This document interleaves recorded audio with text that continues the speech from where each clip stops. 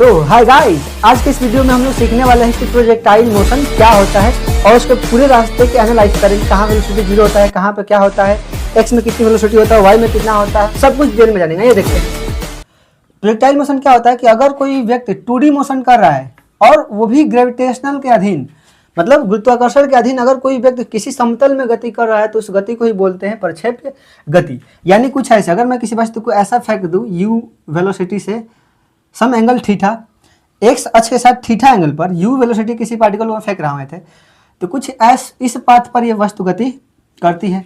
इस पाथ को हम बोलते हैं परवलय। क्या बोलते हैं? अब हम देखते हैं कि ये वेलोसिटी जो है, ये वस्तु जो है वो x में किस वेलोसिटी जा रही है और y में।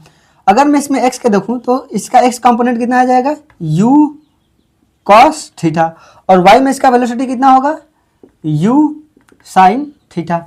अब बताइए ये वस्तु कुछ ऐसे जाते जाते जाते यहाँ पे मैक्सिमम हाइट पहुंची है, फिर यहाँ से नीचे आने लगी है, यानी कि पार्टिकल y में यहाँ तक तो गया है लेकिन इसके बाद फिर नीचे आने लगा है। इसका मतलब y की जो वेलोसिटी होगा ऊपर की तरफ वो क्या हो जाएगा, जीरो। तभी तो पार्टिकल ऊपर जाना बंद किया है। अगर वेलोसिटी जीरो नहीं होता तो पार्टिकल और ऊपर जाता। हालांकि यहाँ से पार्टिकल अब नीचे गिरने लगा है, यानी कि इस पॉइंट पे ऊपर वाली वेलोसिटी यानी कि y वाली वेलोसिटी क्या हो जाएगी, जीरो। लेकिन x वाली वेलोसिटी अभी भी कितना होगा, इतना ही होगा। क्यों होगा, u cos थीटा ही होगा यहाँ वेलोसिटी। क्यों? क्योंकि x दिशा में कोई त्वरण नहीं हो रहा। अच्छा बताओ, यहाँ वेलोसिटी जीरो क्या है, क्योंकि नीचे की तरफ त्वरण लग रहा है। यहाँ पे इसका त्वरण कितना नीचे की तरफ लग रहा है, हर पॉइंट पे 10 metre per second square, which is equal to 9.8 nearly.